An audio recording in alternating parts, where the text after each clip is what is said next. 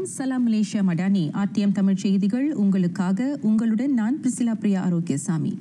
அயல் நாட்டு வர்த்தக சந்தையில் ஊடுருவவும் புதிய வாய்ப்புகளை கவரவும் மலேசிய நிறுவனங்கள் முனைய வேண்டும். தொழில்துறைகள் நடப்பில் உள்ள பாரம்பரிய வர்த்தக முறைகளை மட்டுமே சார்ந்திருக்கக்கூடாதென பிரதமர் டத்துஸ்ரீ அன்வார் இப்ராஹிம் வலியுறுத்தினார். திறந்த வர்த்தக நாடான மலேசியா அதன் நிறுவனங்கள் அனைத்துலக புதிய வர்த்தக சந்தைகளில் ஊடுருவ ஊக்குவிக்கிறது. பிரேசில் போன்ற லத்தீன் அமெரிக்க நாடுகளில் புதிய வாய்ப்புகளை கவர உள்நாட்டு நிறுவனங்கள் முயல வேண்டும் என பிரதமர் குறிப்பிட்டார். பிரிக்ஸ் நாடுகள் உடனான பொருளாதார நல்லுறவை மேம்படுத்த அது வகை செய்யும் என்றார் அவர். ரியோ டி ஜெனிரோவில் நடைபெற்ற விருந்தோம்பலில் கலந்து கொண்டு அவர் உரையாற்றினார். அந்நிகழ்ச்சியில் மலேசிய பேராளர்களும் கலந்து கொண்டிருந்தனர். பிரிக்ஸ் தலைவர் உச்சநிலை கூட்டத்தில் கலந்து கொள்ள டத்துஸ்ரீ அன்வார் இப்ராஹிம் பிரேசிலுக்கு 3 நாள்கள் அலுவல் பயணம் மேற்கொண்டார். பிரிக்ஸ் கூட்டமைப்பு நாடுகளுக்கு இடையிலான வர்த்தகத்தை அதிகரிப்பீர், வலுவான உறுதியான கொள்கை கொண்ட அமைப்பாக உருவாக அந்த அறிவுறுத்தலை டத்துஸ்ரீ அன்வார் இப்ராஹிம் விடுத்தார். அனைவருக்கும் சமநிலையான நியாயமான அனைத்துலக முறைமைக்கு அந்த வர்த்தக ஒத்துழைப்பு வழிகோலும். பன்முகத்தன்மை கொண்ட அந்த கூட்டு வலிமையின் அடிப்படையில் பல தரப்பினருடன் இணைந்து நியாயமாக பணியாற்றவும் பேச்சு நடத்தவும் இயலும். பிரேசிலில் நடைபெற்ற பிரிக்ஸ் வர்த்தக ஆய்வரங்கில் உரையாற்றிய பிரதமர் அவ்வாறு கூறினார். மேலும் ஐநா மன்றம், உலக வர்த்தக அமைப்பு, உலக நிதியகம், உலக பொருளகம் போன்ற அனைத்துலக நிறுவனங்களில் மறுமலர்ச்சி திட்டங்கள் கட்டாயம் மேற்கொள்ளப்பட வேண்டும் எனவும் பிரதமர் டத்துஸ்ரீ அன்வார் இப்ராஹிம் வலியுறுத்தினார். வியூக ஒத்துழைப்பை மேம்படுத்த பிரிக்ஸ் கூட்டமைப்பும் ஆசியானும் முயல வேண்டும். வட்டாரம் கடந்த முதலீடும் அதில் நுண்ணோக்கப்பட வேண்டும் என பிரதமர் அறிவுறுத்தினார். வளரும் நாடுகளின் மேம்பாட்டுக்கு அஃது இன்றியமையாதது. உலகாய நீரோட்டத்தில் வளரும் நாடுகள் கடைநிலை பங்கு வகிப்பதாக நிலவும் எண்ணம் தவறு என்பதையும் அவர் இதனூடே எடுத்துரைத்தார். தொழில்நுட்பத்தில் தன்னாற்றல் பொருந்திய நாடுகளாக அவை திகழ வேண்டும். வர்த்தகம், ஆளுமை திறன், அரவணைப்பு குரல் எழுப்பு ஆற்றல்களாகவும் அவை பங்காற்ற வேண்டும் என டத்துஸ்ரீ அன்வார் கருத்துரைத்தார். பிரான்சுக்கு அலுவல் பயணம் மேற்கொண்ட வர்த்தக முதலீட்டு குழு 400 கோடி ரிங்கிட் முதலீட்டு வாய்ப்புகளையும் 67 கோடியே 50 லட்சம் ரிங்கிட் மதிப்புக்கு சாத்தியமான ஏற்றுமதிகளையும் ஈட்டியது. அந்த பேராளர் குழுவுக்கு பிரதமர் டத்துஸ்ரீ அன்வார் இப்ராஹிம் தலைமையேற்றதை முதலீட்டு வர்த்தக தொழில் அமைச்சர் தங்கு டத்துஸ்ரீ சஃப்ரோல் அப்துல் அசீஸ் சுட்டினார். மலேசியாவின் முதலீட்டுக்கு நட்புறவான கொள்கைகள் அந்நிய முதலீட்டாளர்களை வெகுவாக கவர்ந்திருப்பதை அமைச்சர் குறிப்பிட்டார். நாட்டின் விநியோக சங்கிலியின் அமைப்பு, போட்டியாற்றல் மற்றும் மலேசிய பொருளாதாரத்தின் வளர்ச்சி திறன் ஆகிய கூறுகளும் வெளிநாட்டு முதலீடுகளை ஈர்க்க வகை செய்துள்ளன. பிரான்சில் தொழில்துறை சார்ந்த பேராளர் 40 பேரை டத்துஸ்ரீ அன்வார் சந்தித்ததாக தங்கு டத்துஸ்ரீ சஃப்ரோல் அறிக்கை வழி தெரிவித்தார்.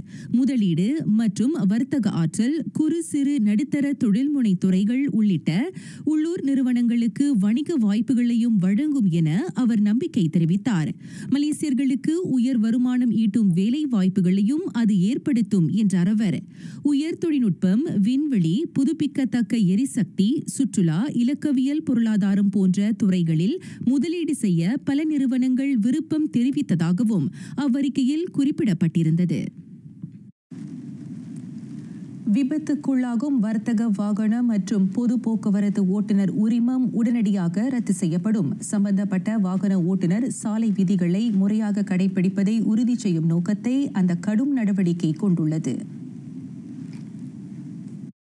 விபத்துக்குள்ளாகும் அதே வேளையில் போலீசாரால் விசாரிக்கப்பட்டால் சரக்கு போக்குவரத்து ஓட்டுநர் உரிமம் உடனடியாக ரத்தாகும் என்பதை சாலை போக்குவரத்து துறை JPJ தலைமை இயக்குநர் டத்தோ எடி ஃபட்லி ரம்லி நினைவுறுத்தினார்.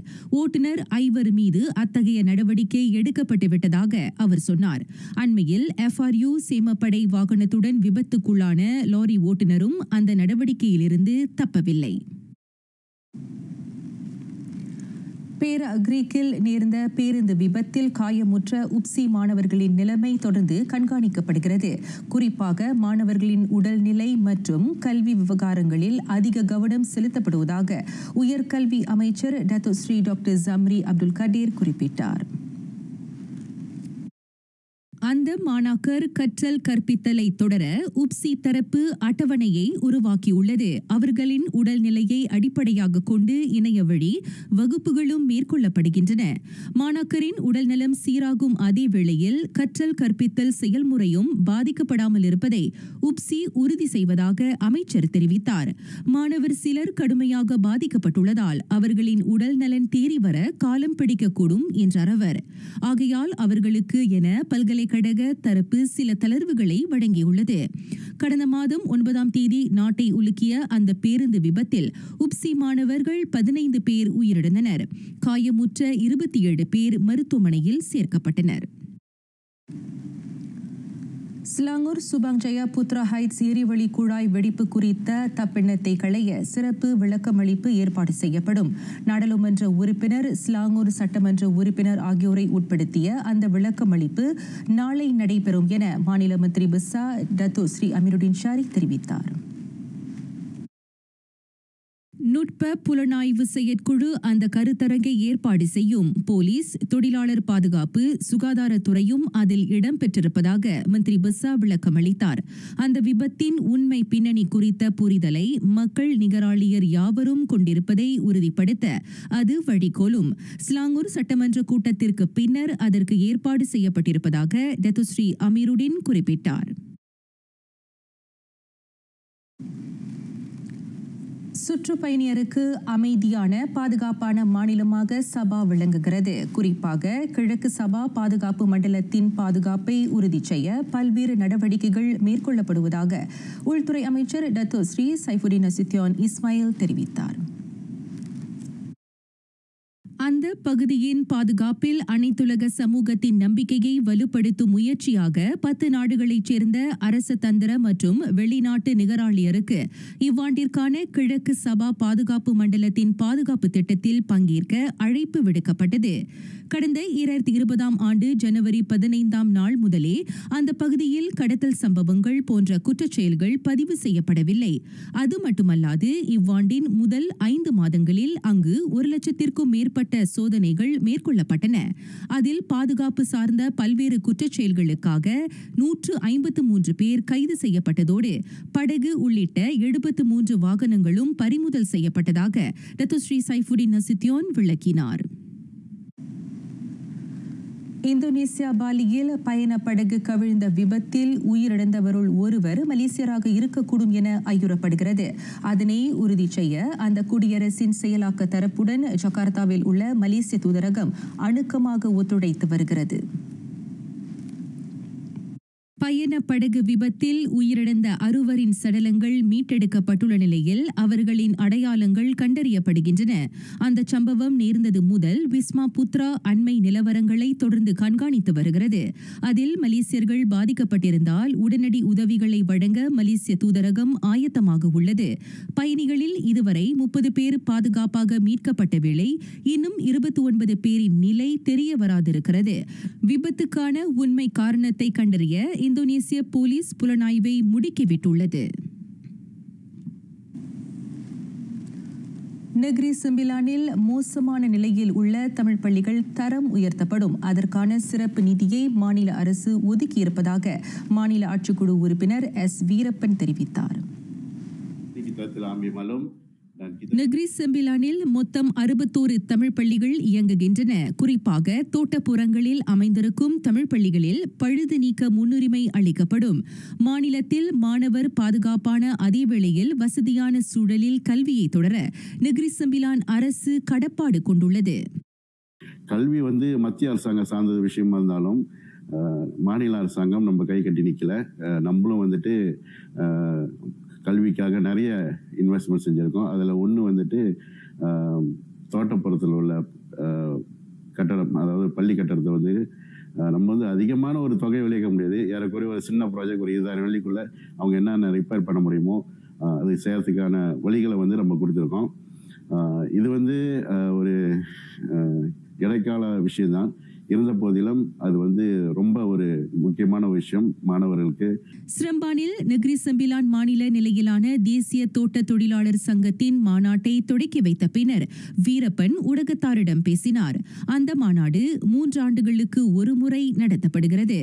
தோட்ட நிர்வாகங்கள் அங்கு வேலை பார்ப்போருக்கு உரிய குடியிருப்பு வசதிகளை ஏற்படுத்தி தருவதை உறுதி செய்ய வேண்டும். அதற்காக தாம் மனிதவள அமைச்சர் ஸ்டீவன் சிமுடன் அணுக்கமாக ஒத்துழைத்து வருவதாக வீரப்பன் சொன்னார். வாழ்க்கையின் பல்வேறு பக்கங்களுக்கு வெளிச்சம் பாய்ச்சும் கல்விக்கு கரையில்லை. உயர்கல்வி வரை சென்று வெற்றியின் உச்சம் தொட முயலும் இளைஞருக்கு நிதி பற்றாக்குறை தடைக்கல்லாக கூடாது.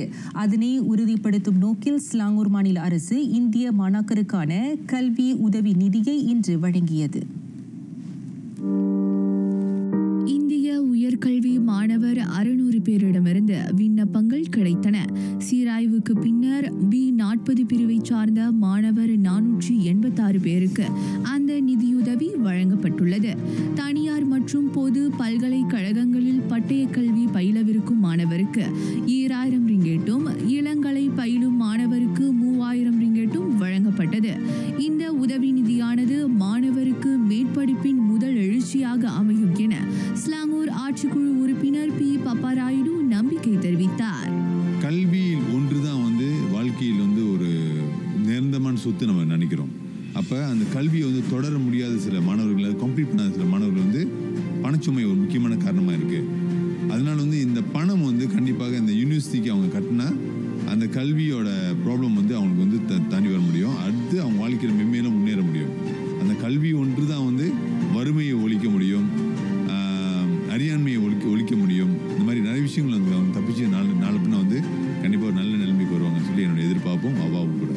இது மாணவர் கல்வி பயணத்தில் ஒரு முக்கியமான முன்னேற்றமாகும்.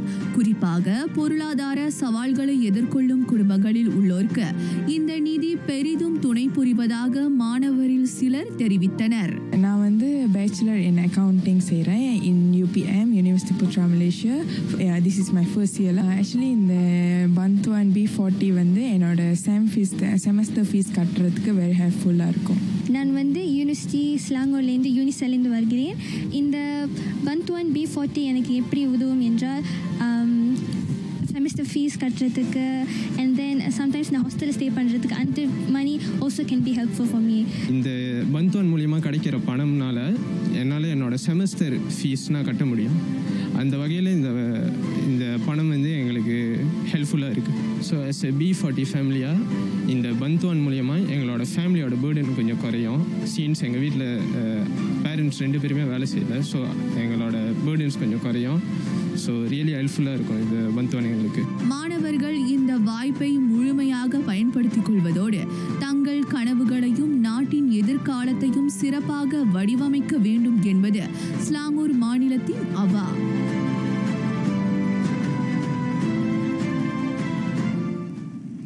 ஸ்டெம் அறிவியல், தொழில்நுட்பம், பொறியியல், கணிதம் ஆகியவற்றை உட்படுத்திய துறை. அதனை மையமாக கொண்டு இயங்குகிறது இன்றைய நவீன உலகம்.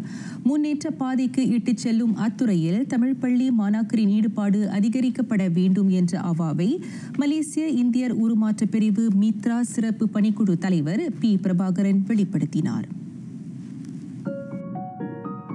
தமிழ் பள்ளி மாணாக்கருக்கு ஸ்டெம் துறையில் ஆளுமையை வலுப்படுத்துவதற்காக மித்ரா கடந்த 2023ஆம் ஆண்டு 6,98,227 ரிங்கெட்டை ஒதுக்கியது.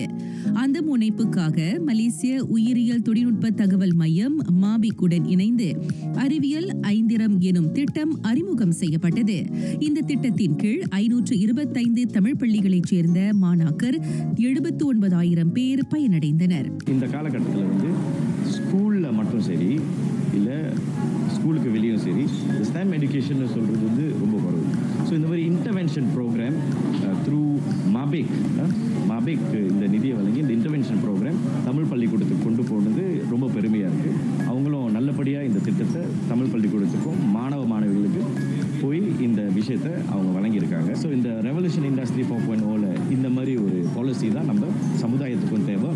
இந்த மாதிரி திட்டம் இல்லாட்டி நம்ம சமுதாயம் பின் தங்கிடுவாங்க. கடந்த 2023 ஆண்டு அக்டோபரில் தொடங்கப்பட்ட இந்த திட்டம் இவ்வாண்டு ஜூலை வரையில் 2 பிரிவுகளாக செயல்படுத்தப்பட்டது. முதல் கட்டமாக 4 பக்கங்களை கொண்ட தி பெட்ரி டிஷ் எனும் அறிவியல் கையேடு 525 தமிழ் பள்ளிகளுக்கு வழங்கப்பட்டது.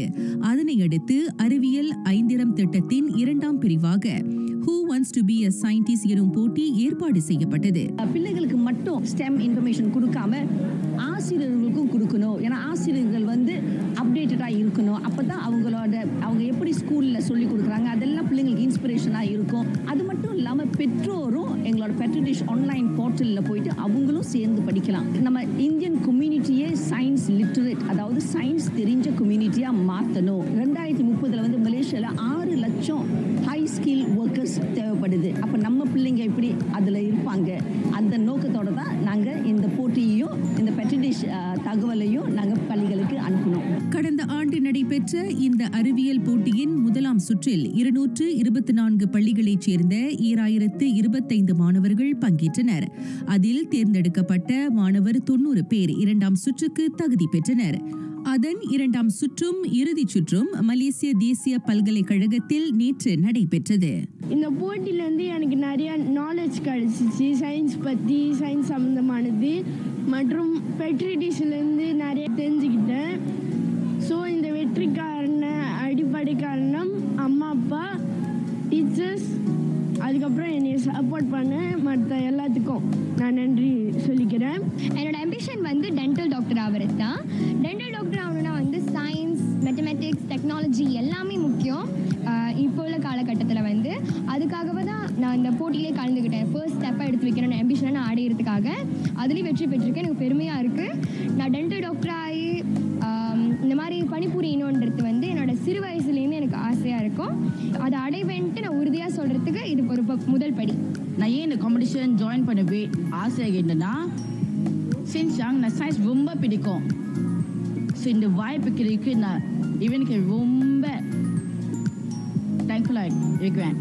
I completed everything with ease and then went out around. பள்ளியில் அந்த செலெக்ஷன் கஷ்டமாக இருந்துச்சு. ஆனால் எப்படியோ நான் செலக்ட் ஆகினேன். நான் ஆரராய் தமிழ் பள்ளியில் பயில்கிறேன். இந்த போட்டியிலேருந்து நான் நிறைய அனுபவத்தை பெற்றேன். இதுக்கு மேலேயும் இந்த மாதிரி நிறைய போட்டியில் கலந்துக்கணும்னு ஆர்வம் இருக்குது. என் ஆம்பிஷன் ஃபுட்பாலர் இல்லைன்னா பிஸ்னஸ்மேன். இப்போட்டியின் இறுதிச் சுற்றில் களம் கண்ட மாணாக்கர் 5 500 ரிங்கிட் முதல் 2500 ரிங்கிட் வரையிலான காசோலையும் வழங்கப்பட்டது. இத்தகைய போட்டிகள் தமிழ்ப்பள்ளி மாணாக்கரிடையே ஸ்டெம் கல்வி அறிவை வலுப்பெறச் செய்வதோடு மதானி அரசாங்கத்தின் கொள்கைக்கேற்ப போட்டியாற்றலும் அறிவாற்றலும் மிக்க சமூகத்தை உருவாக்கவும் பெரும் பங்களிப்பதாக பி. பிரபாகரன் கருத்துரைத்தார்.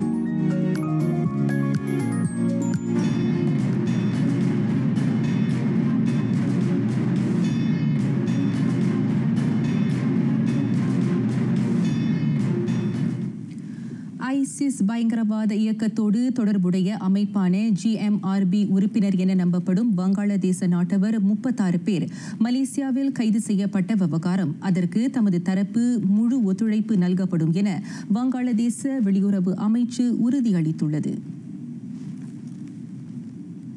கைது செய்யப்பட்டவர்களில் தனிநபர் அடையாளங்களையும் அவர்கள் மீதான குற்றச்சாட்டுகள் தொடர்பான தகவல்களையும் வங்காளதேச தூதரகம் கோரியுள்ளதாக வங்காளதேச வெளியுறவு அமைச்சு தெரிவித்தது. தடுத்து வைக்கப்பட்ட 5 மீது மலேசிய நீதிமன்றத்தில் குற்றம் சாட்டப்பட்டுள்ள வேளை எஞ்சியவர்கள் மீது மேலதிக விசாரணை அல்லது அவர்களை சொந்த நாட்டுக்கு திருப்பி அனுப்பும் நடவடிக்கைகள் மேற்கொள்ளப்பட்டு வருகின்றன. அந்த நிலவரம் குறித்து வங்காளதேச அரசு அணுக்கமாக கண்காணித்து வருவதோடு தலைநகரில் உள்ள வங்காளதேச தூதரகம் மலேசிய அதிகாரியோடு அணுக்க தொடர்பில் உள்ளது.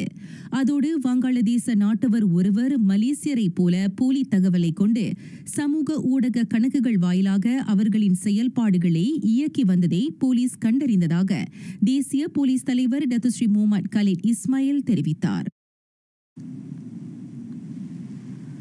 அமெரிக்க அதிபர் டொனால்ட் ட்ரம்ப் விதித்துள்ள எதிரீட்டு வரிக்கு பிரிக்ஸ் கூட்டமைப்பு தலைவரிடமிருந்து கடும் விமர்சனம் எழும் என கணிக்கப்படுகிறது.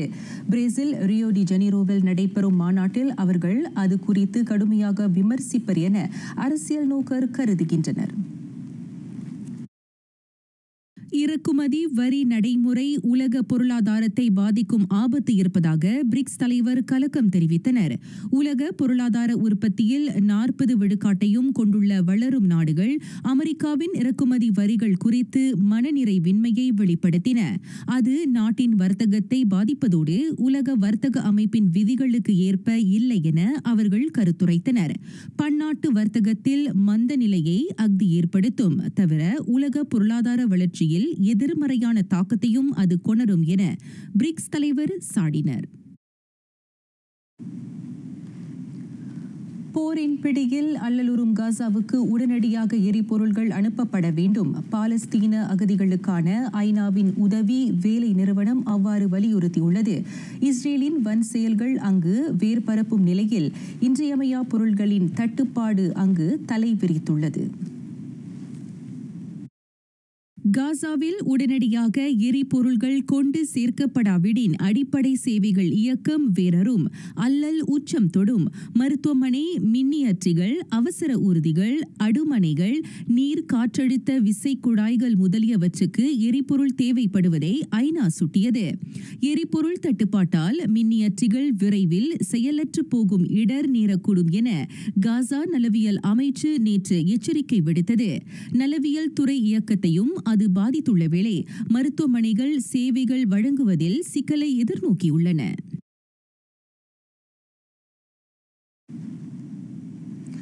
அமெரிக்க வல்லாதிக்கம் தனது நாட்டில் தடை செய்ய டிக்டாக் சமூக ஊடகம் மீண்டும் புழக்கத்திற்கு வருமா என்ற வினா பன்னாட்டு அரசியல் விவாத மேடைகளில் முன்வைக்கப்பட்டு வருகிறது.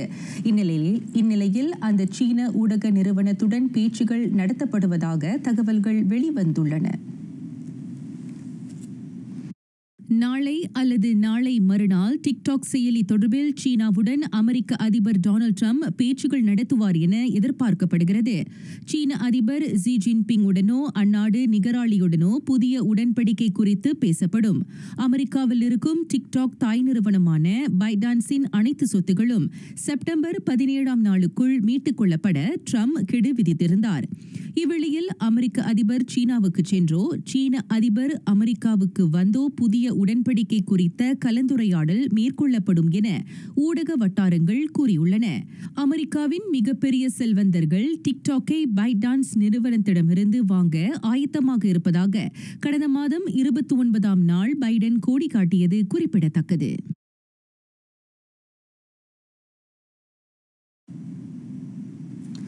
அமெரிக்காவின் எதிரீட்டு வரி விதிப்பு அச்சம். அதன் எதிரொலியாக ஐரோப்பிய பங்குகள் வீழ்ச்சி அடைந்தன. அந்த இறக்குமதி வரியின் தாக்கத்தை எதிர்கொள்ள மேற்கத்திய நாடுகள் ஆயத்தமாகும் நிலையில் அந்த வீழ்ச்சி பதிவு செய்யப்பட்டுள்ளது. ஜெர்மனியின் 40 நீல சிப் நிறுவனங்களை உள்ளடக்கிய டாக்ஸ் குறியீடு 23,703.65 புள்ளிக்கு வீழ்ந்தது. பிராங்க்ஃபர்ட் பங்கு பரிவர்த்தனையில் உலக வர்த்தக நிலவரத்தை வர்த்தகர்கள் அணுக்கமாக கண்காணித்து வருகின்றனர். இவ்வாண்டு தொடக்கத்தில் டாலரின் மதிப்பு 20 விழுக்காடு வரை வீழ்ந்தது. அதனால் வெளிநாட்டு பொருட்கள் விலை அதிகரித்தது. எதிரீட்டு வரியால் பொருட்கள் விலையேற்றம் பெரும் மிரட்டலை ஏற்படுத்தக்கூடும் என ஐரோப்பிய வர்த்தகர்கள் அஞ்சுகின்றனர். வர்த்தக போரில் ஒவ்வொரு நாடும் கூடுதல் வரியை விதிக்கும் சூழல் ஏற்படக்கூடும். அதனால் பல பாதிப்புகள் ஏற்படக்கூடும். பொருளக பங்குகளும் நிலையான வளர்ச்சியை பதிவு செய்யவில்லை என பொருளாதார வல்லுநர்கள் கூறியுள்ளனர்.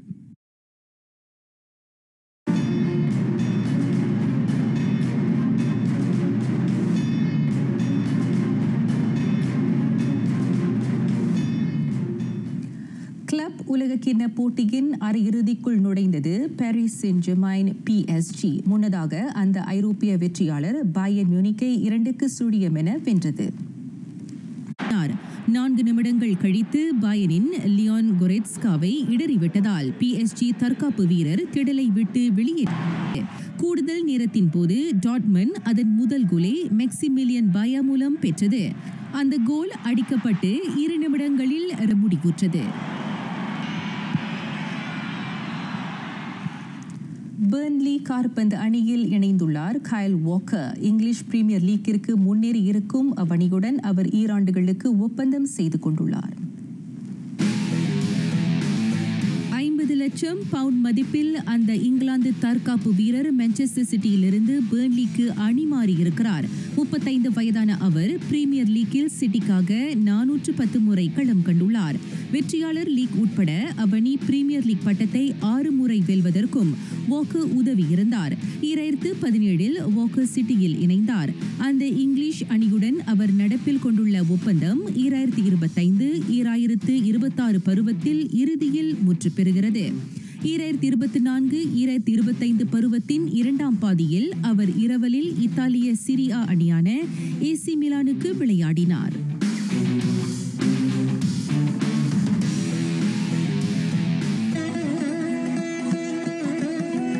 ஞானக்குரல். நிரவி எழலுருவாய் நீண்ட வெளிக்கானில் அரவணை யானாகு முடம்பு. ஞானம் எய்திய பின்னர் அக்கினி கலைகளினால் ஆன சோதியை மாந்தர் காணவியலும். அப்போது நம் உடல் இறைவனை அணைத்தது போல உணரும். தியானத்தின் மூலம் குண்டலினி சக்தி விழித்தெடும் போது உடம்பு அவ்வாறான தெய்வீக வடிவம் பெறும் என ஆன்மநெறி ஊட்டுகிறார் ஔவையார்.